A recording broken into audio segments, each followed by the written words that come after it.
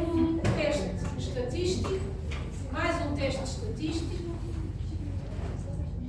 para que, analisando os dados, eu vou conseguir concluir se o meu acontecimento está a melhorar ou a piorar. Se a minha taxa de sobrevivência é melhor ou pior. Então, nós, normalmente, para a análise de sobrevivência, começamos num determinado ponto, temos os números absolutos de uma determinada ocorrência,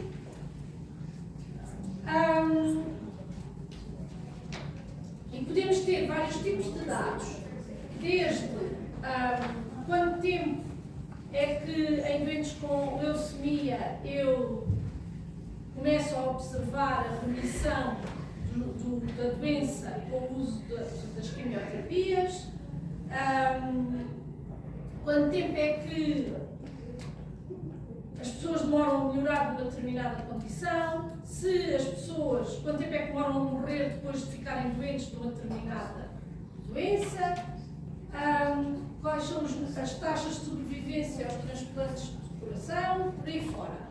Ou seja, o meu interesse é ver o tempo que demora a acontecer um determinado acontecimento, passando a redundância. Portanto, eu tenho que ter um conjunto de dados, tenho que ter acesso à evolução ao longo do tempo, aqueles estudos que nós agora tivemos a falar, prospectivos ou retrospectivos que se faz, portanto, para qualquer um deles isto pode ser usado. E é a forma como que nós conseguimos comprovar que o nosso tratamento está a contribuir para a saúde ou não das populações. Tem aqui os objetivos. Objetivos da análise de sobrevivência: estimar a sobrevivência em função de um determinado risco e avaliar certas variáveis explicativas no tempo de sobrevivência. O que é que fez com que a pessoa melhorasse ou não melhorasse e até morresse? Eu tenho que ter sempre, ao longo do tempo, dados ao longo do tempo, não pode ser nunca uma única observação, e o número de pacientes ou o número de casos que eu quero estudar. O que é que eu vou registando? Há um doente que entra no meu estudo, desde o momento zero até o momento em que ocorre o acontecimento que eu estou a estudar. Ou melhora, ou morre, ou piora. Eu é que defino, mais uma vez, sou eu que desenho quais são as variáveis do meu estudo. Se é ficar melhor, se é ficar pior, se é morrer, se é o quê. Então, o que é que eu tenho sempre? Que ter o ponto de partida, o critério de entrada daquela pessoa no meu estudo e o critério da avaliação final. E contar o tempo que se passa entre o evento inicial e o evento final. No slide anterior falava em dados censurados. O meu estudo tem que ter um fim. Se chegando à data que eu estabeleci como baliza do meu estudo para um determinado indivíduo que eu estou a seguir, o evento final ainda não tiver acontecido, esse indivíduo não vai entrar no meu estudo, porque eu não sei se ele melhorou, piorou, morreu ou sobreviveu ou o quê. Portanto, quando se fala em dados censurados ou truncados, tem a ver com isto. Se eu defino que vou fazer um follow-up de uma população durante um mês, 30 dias, e no dia 31 há pessoas que ainda não melhoraram, pioraram, morreram ou whatever, eu vou eliminar aquele registro da minha base de dados. Ou seja, eu vou truncar o meu caso.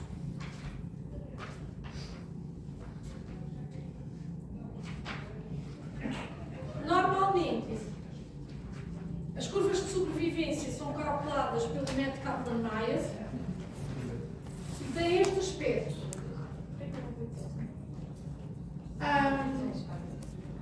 Tem a ver com o número de sobreviventes num determinado espaço de tempo.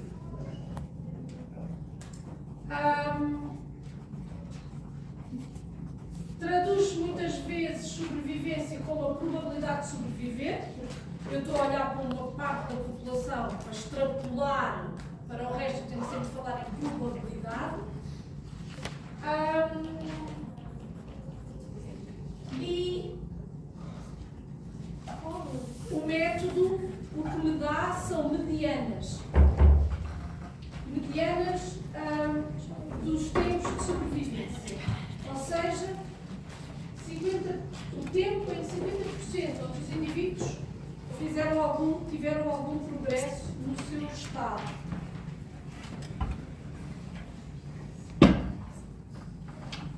Isto não é nada mais, nada menos do que um método estatístico. Existem programas estatísticos que fazem automaticamente estes cálculos, estes gráficos.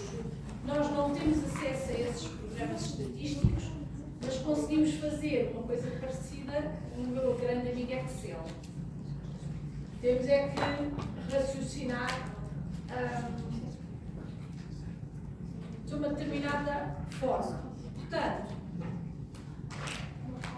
as curvas de Kaplan-Meier têm uma função que começa com a letra T, ST, em que, nesta altura, que é o ponto inicial, o ST é o ponto inicial, nós temos 100% da população viva, ou seja, é o ponto zero, aquele gráfico que eu vos mostrei, com as barrinhas dos acontecimentos. Ao longo do tempo, vamos tendo decréscimos ou aumentos. Nós não sabemos para que lado é que a curva pode crescer ou diminuir. Depende daquilo que nós estamos a estudar. Se é morte ou se é passar de doente para saudável.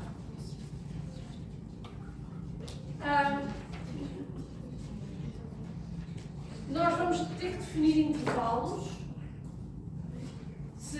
intervalos de medição. Se nós fizermos um estudo ao longo de um ano, os nossos intervalos de medição podem ser mensais. Lá está, mais uma vez, depende da história natural da doença, depende daquilo que eu já sei acerca da doença e do tempo médio em que ocorrem melhorias ou,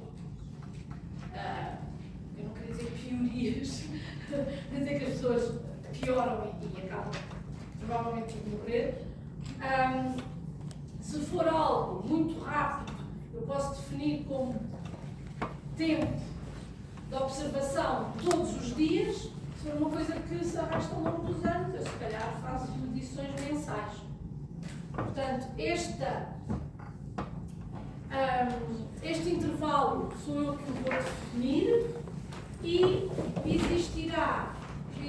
existirão depois cálculos cumulativos até ao próximo intervalo. Ou seja, eu vou somando de intervalo em intervalo, por isso é que o gráfico parece uma escala. Parece que não acontece nada durante aquele mês. Aquele mês é acumulativo. São dados cumulativos daquele período inteiro. Está bem?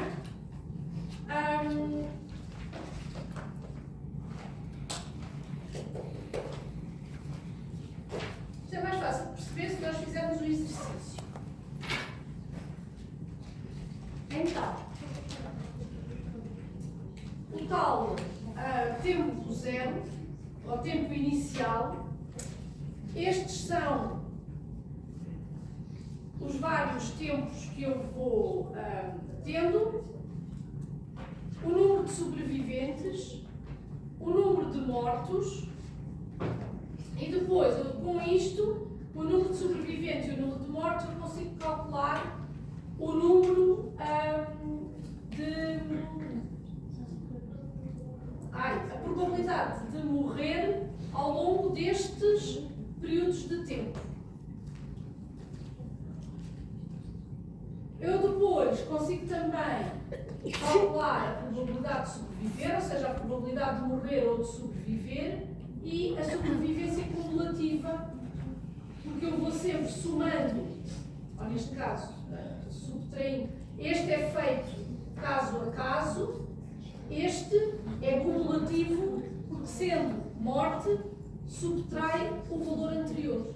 Ou seja, a probabilidade de morrer vai aumentando. Eu aqui tinha 10, em 10 morre 1, mas aqui eu já só tenho 1 e morre-se 1. Portanto, é 100%. Ou seja,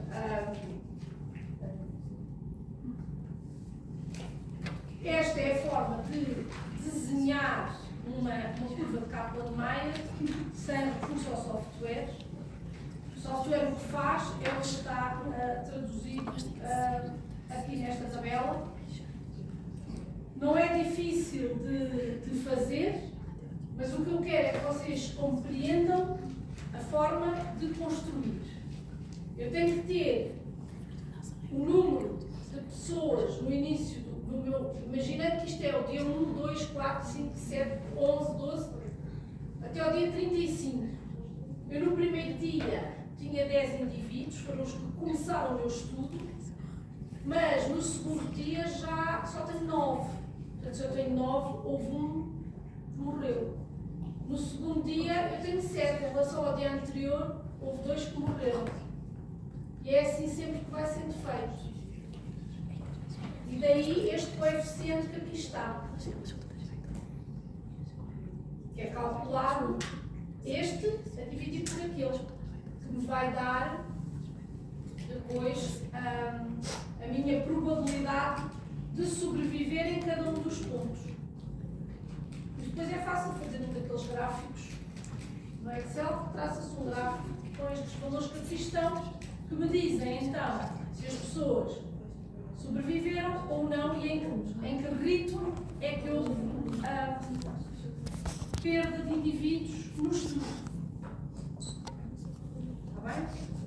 Isto é muito usado para determinar se uma determinada terapêutica está a ser efetiva ou não. Está bem? Eu não vos quero moer mais a cabeça. Vocês ainda me matam. Houve colegas que já vieram tirar algumas dúvidas dos trabalhos, outros colegas que calhar ainda não iniciaram, mas eu já percebi pelos colegas que vieram falar comigo que há uma grande confusão acerca, ainda assim na vossa cabeça, acerca do que é a história natural da doença. Ou seja, vocês confundem história natural da doença com consequências da doença. A história natural da doença são os motivos que levam a que a doença apareça. Como é que ela se transmite? Se eu conhecer como é que a doença aparece e como é que ela se transmite, eu sei a história da doença. Está bem? As consequências é outra coisa. É o que eu quero ir observar, normalmente, depois é o que eu quero ir observar. Faz parte do processo. Mas se eu não entender como é que a doença aparece e como é que ela se transmite, há várias fases. Está bem? Mas lá está. O professor a falar é uma coisa. Quando nós pecamos nas coisas e começamos a querer fazer, é que surgem as dúvidas. Mas pronto, de qualquer das formas, amanhã é a frequência. Eu posso depois tirar mais, ajudar mais um bocado nos trabalhos. Para a semana acabamos a matéria e na última semana é trabalhos e a última frequência, mas já não há muito mais do Há mais uma parte ali relacionada, nós hoje demos os chutes de coorte, depois vamos dar os de traço controle, que são muito parecidos, os tipos de calças são os mesmos. Quero-vos ensinar a fazer os calços. Não se dá muito bem.